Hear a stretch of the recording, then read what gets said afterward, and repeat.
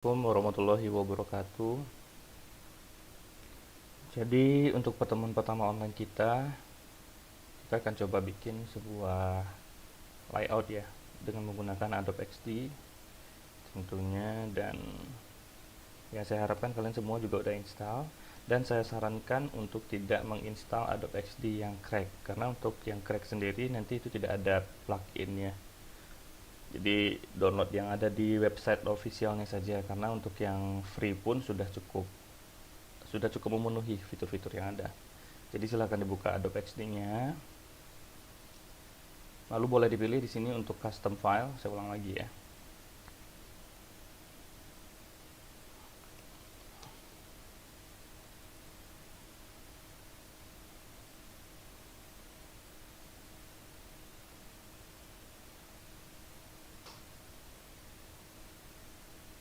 Oke, di sini untuk di XD sendiri, di Adobe XD, kalian bisa memilih beberapa ukuran prototype atau rancangan. Jadi diingat lagi kalau yang kita buat ini adalah rancangan prototipenya ya. Rancangan atau prototipenya, bukan aplikasi. Nanti untuk project pertama kalian itu kalian tetap membuat sebuah aplikasi karena memang ketentuan di silabusnya seperti itu. Namun untuk aplikasi yang dibuat tidak perlu untuk yang fungsionalitasnya itu terlalu tinggi, misalnya kayak ada kelola data seperti create, read, update, delete, atau curut, itu nggak perlu ada ya. Itu tidak perlu ada, jadi kalian hanya perlu fokuskan kepada user experience yang dihasilkan oleh user interface-nya, seperti itu. Jadi nanti misalnya untuk aplikasi yang kalian buat di mobile tersebut bisa di rotate, misalnya ketika handphonenya saya bikin landscape, itu ukuran layarnya atau tampilannya juga mengikuti seperti itu, berkurang lebih seperti itu. Dan untuk pilihan-pilihan sendiri di sini ada custom, ada web, ada iPad, ada iPhone. Untuk pilihannya silahkan, saya sarankan untuk pilih iPhone, yang untuk di iPhone saja ya, silahkan dipilih yang mobile.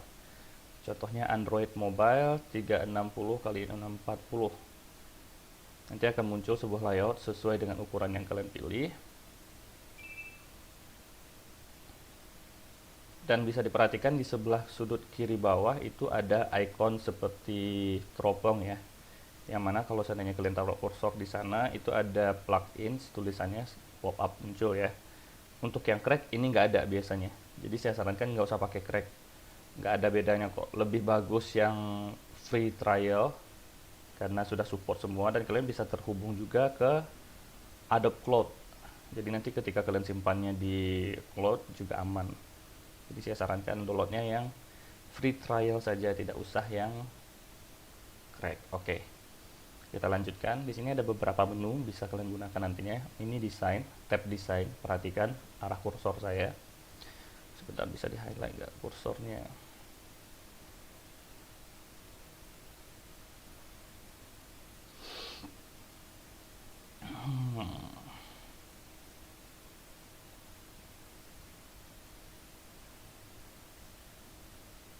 Oke, nantilah saya cari itu ya. Kita lanjutkan kembali. Di bagian tab atas sebelah kiri itu ada desain, tab desain. Tab desain ini nanti yang menjadi sebuah kanvas. Bayangkan kalian seorang pelukis, ini kanvas kalian. Kanvas yang kalian gunakan untuk membuat tampilan yang user centered design istilahnya ya. Jadi user centered design itu maksudnya adalah desain atau rancangan yang berfokus kepada si pengguna. Jadi bukan kepada diri kalian. Walaupun ya kalau dihitung-hitung kalau disebut pengguna ya kita juga pengguna, tapi kan di awal sebuah rancangan, di awal tahapan pembuatan rancangan ada tahapan yang namanya kita menentukan target pasar atau target user kita. Nah, target user tersebutlah yang kita fokuskan. Jadi bukan kepada diri kita. Ada beberapa metode yang bisa kalian lakukan untuk menentukan target user, seperti melakukan survei, wawancara, observasi, dan macam-macam. Intinya pengumpulan data ya. Kita ambil contoh misalnya dengan survei. Nah, ternyata dari sekian banyak yang dari survei yang kalian lakukan, dari sekian banyak pengguna yang ada, mereka lebih condong untuk membutuhkan aplikasi seperti ini dengan fitur A, B, C. Jadi kalian fokusnya ke fitur A, B, C tersebut. Itu contohnya yang maksudnya dari user centered design. Jadi jangan, boleh menggunakan asumsi pribadi dan judgement pribadi, hanya saja jangan fokus ke sana. Maksud saya apa? Jadi ketika kalian membuat rancangan, ini untuk beberapa kelas saya yang lain ya, yang sudah masuk ke tahapan pembuatan rancangan, mereka memberikan alasan pada saat saya bertanya kenapa membuat rancangan seperti itu, mereka mengatakan, menurut saya sih ini udah bagus pak, menurut saya kayak gini sudah cukup jelas, bla bla bla. Jangan gunakan kata menurut saya, karena kita membuat rancangan bukan untuk diri kita. Misalnya rancangan kalian nanti jadi, aplikasinya jadi, kan yang pakai bukan kalian sendiri, tapi si target user tadi. Misalnya saya membuat aplikasi untuk belanja belanja keperluan rumah tangga. Target saya adalah ibu-ibu rumah tangga berarti. Ya, saya menempatkan pola pikir saya seperti seorang ibu-ibu rumah tangga. Saya butuhnya aplikasi seperti apa, saya suka tampilannya seperti apa, bla bla bla bla dan something like that. Sedangkan misalnya ternyata saya ini seorang anak band yang hura-hura yang nggak saya banget deh sebenarnya itu aplikasi yang seperti itu. Nah, jadi fokuskan ke target usernya, jangan fokuskan ke kemauan kita yang menurut saya sudah bagus atau apa, jangan, tapi ke kira-kira user butuh seperti apa. Itulah tahapan pertama. Lalu yang kedua ada tab prototype. Tab prototype ini nanti akan muncul garis-garis biru ya, atau wires yang kalian bisa hubungkan untuk membuat desainnya atraktif atau interaktif. Jadi nanti layout ini tidak hanya satu, ada banyak. Untuk perpindahan antara satu layout ke layout lain, baik itu dengan tombol-tombol yang kalian sediakan atau apapun itu, nanti kalian tarik benang biru atau garis biru yang ada di sini. Nah, kalau untuk share, kalian bisa men-share-nya nanti apakah melalui account kalian, invite dokumen, melalui mobile preview dan lain-lain, atau membuat linknya di sini juga bebas. Oke, itu pengenalan untuk tab di atas. Berikutnya di atas juga ada play ya, ini yang juga penting. Nanti pastikan kalian klik satu layout yang pengen kalian mainkan atau kalian jalankan sebagai layout awal. Itu tandanya dia akan jadi warna biru seperti ini. Itu berarti sudah aktif, lalu klik play. Terus di sebelah kiri juga ada tab-tab macam-macam. Mungkin kalian lihat tab yang ada di sini terlalu sedikit ya. Bukan terlalu sedikit sih, minimalis. Hanya ada kursor, square, ada rectangle, ada rounded juga, ada garis, pulpen untuk tulisan, mengatur layar, cari. Walaupun terlihat sedikit, namun fitur-fitur yang sudah ada di sini ini sudah sangat cukup mewakili menurut saya.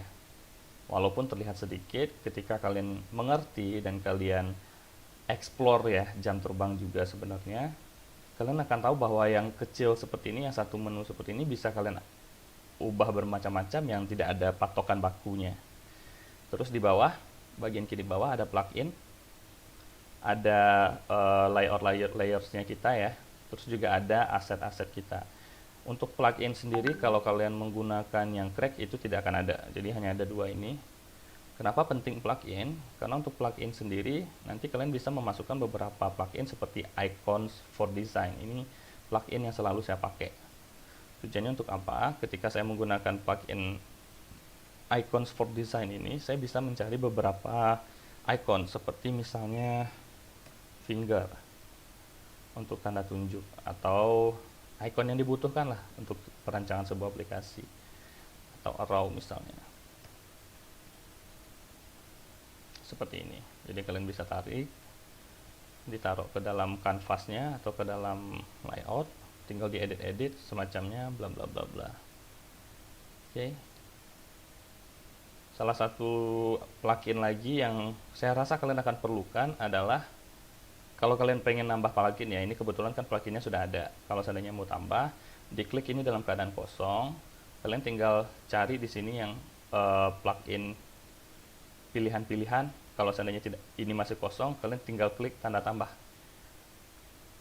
Akan muncul layar baru, silahkan di browse, bikin aja icons untuk yang tadi plugin kita gunakan nih, gambar apa ini, gambar cup ya, gambar gelas warna hijau.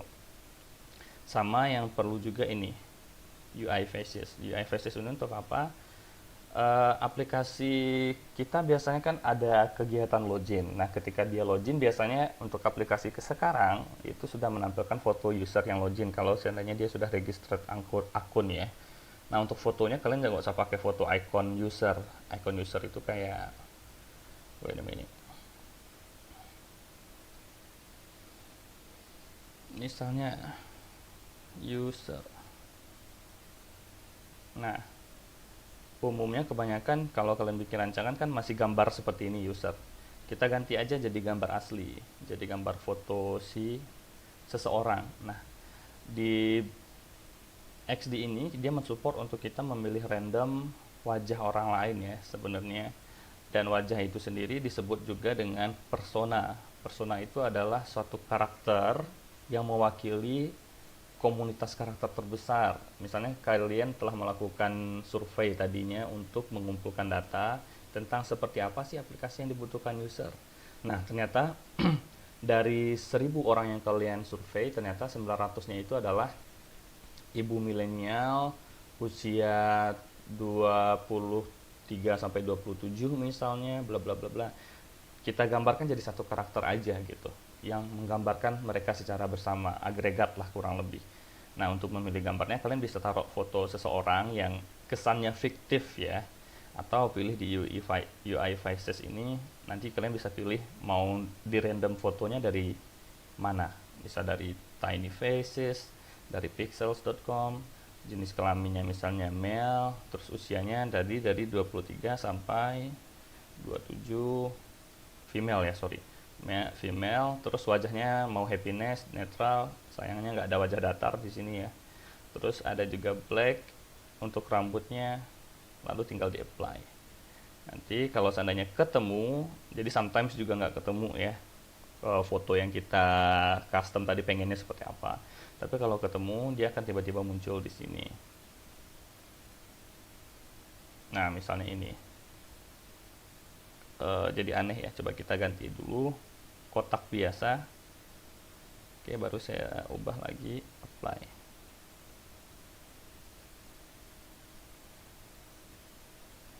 Oke, nah jadi kurang lebih seperti ini.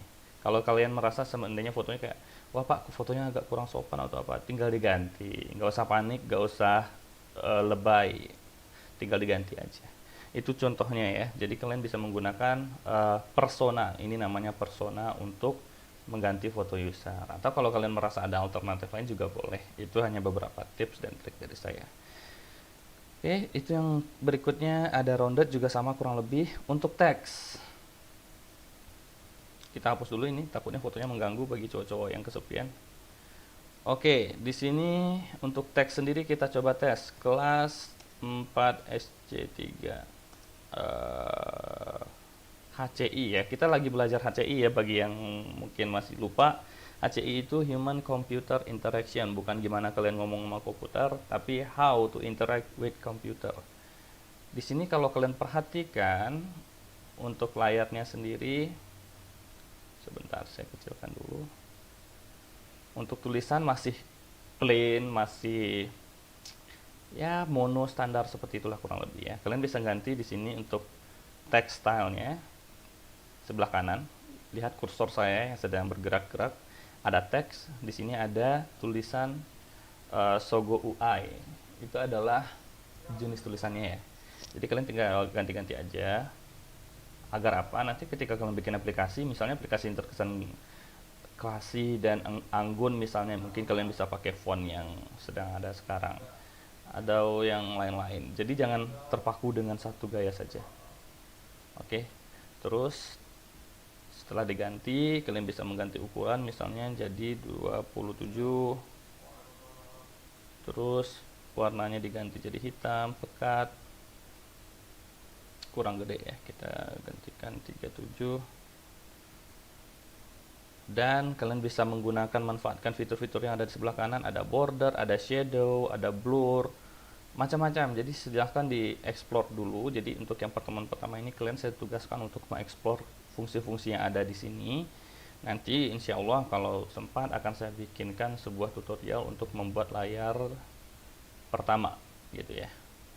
Oke, sekian dulu. Silahkan dicermati. Assalamualaikum.